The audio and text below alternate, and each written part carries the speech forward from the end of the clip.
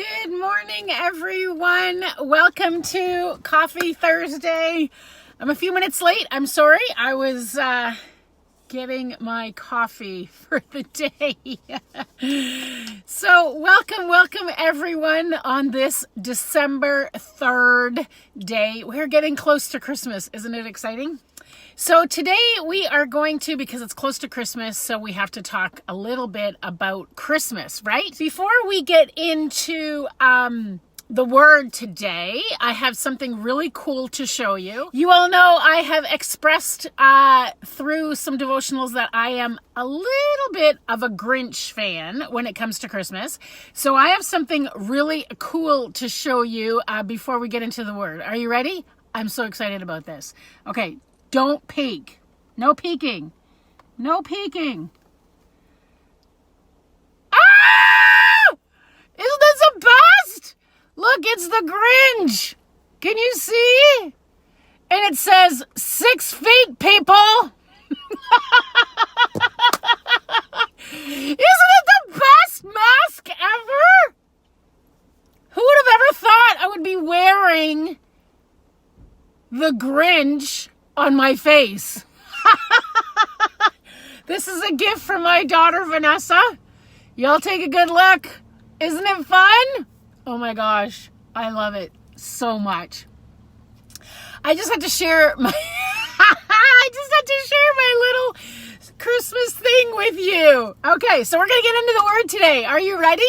We're going to talk about Mary today really quickly. I want you to think about every girl who is out there watching, before you got married, or if you are not married and you've thought about getting married, think about girls in general when it comes to marriage. Like they would plan what their dress is going to look like, who they're going to have in their wedding. Like that's a thing. Everybody's like, oh, will you be my bridesmaid someday when I get married? Like, I know with my girls, like literally, it's just like insert man here. Because the wedding is planned. It's something that they dream about. Young girls dream about, think about forever, so long, like years and years and years. Think about Mary. Mary would have been dreaming about the someday when the man comes into her life and goes to her father and pays the dowry, and, you know, she'll be standing in wait for the day when he comes to actually take her. Like, marriages would have been like this huge celebration for days and days and days. And this would have been what Mary was growing up to think about, thinking that someday this is going to be her day will come where the man will come and take her and betrothed. And like, this is something that the girls in this time, because the girls, you know, women, they didn't really have a lot of standing of any kind of like power, or like they really didn't have a lot of anything, any kind of authority or anything. So their lives would be about, I'm going to be someday a wife. I'm going to be a mom someday. And that is what their whole thought would be growing up. So think about Mary. Plans get altered just like Mary. Yes, I know, exactly. So think about Mary, who this was her plan. Someday was going to happen. She would have this beautiful, wonderful wedding happening. But plans got changed. Let's turn to Luke chapter 1. This is the story about the angel coming and letting Mary know that she was going to be pregnant with the Messiah. Okay, she is a virgin. She has never had sex. So the angel comes and tells her this and explains to her everything that's going to happen. And her response in Luke 1 verse 38 says, I am the Lord's servant. Mary answered, may your words to me be fulfilled. And in some versions it says, may it be according to your word. Mary is agreeing to have a baby.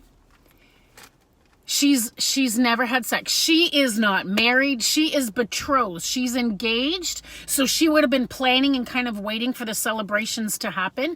She was betrothed to Joseph. She was engaged. They were not married yet. So as she is saying yes to being impregnated, all of a sudden she is saying yes to the potential of losing her fiance. She is saying yes to having people look down upon her because she was pregnant before she was married. She is saying yes to the potential of being killed. She is saying yes to, okay, I'm going to set all of my plans, all of my dreams, everything that I have been thinking about since I was a young girl. I am saying yes to putting all of that aside. Because when you get married and you're pregnant, let me tell you, there is no big days and days and days of celebration. This would have been a wedding that was kind of like short, sweet, get it done, get it over with, just get married, because the whole idea of this young girl pregnant before marriage would be horrible. But Mary said yes. Let it be so. How could a young girl put aside everything that she has ever possibly dreamed of? How could a young girl possibly be willing to step into a position where she knows that she literally could be killed, where she knows that people will talk behind her back, that people will, talk ill of her, that she could lose her fiance? Like, how could a young girl be willing to say yes to all of that? It's because she knew that the Messiah, because they would have known, as Jewish people, they would have been knowing, they were waiting for the Messiah. She would know that there was hope coming. She was willing to sacrifice her will, her desire, her dreams, her plans, her goals, her everything, because she knew that there was hope at the end of this. She knew that the coming of the Messiah would bring hope to other people. She was willing to set aside all of her dreams, plans, goals, wonderful desires, everything aside, so that she and all the people in that time, people that she knew, people that were yet to come, generations that were yet to come, for us now 2,000 years ago, she was willing to set all of that aside for the hope in the Messiah coming, so that we would have our Savior, Jesus Christ, come into the world. She was willing to do that. Think about it. As a young girl, does this not totally blow your mind?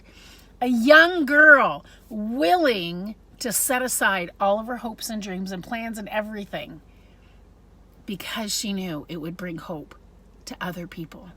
So this devotional, this Christmas season, this time that we are going through and getting ready and preparing and putting our decorations on. I'm looking for my mask. Getting our decorations and having fun and all of the joy and everything that comes with this season.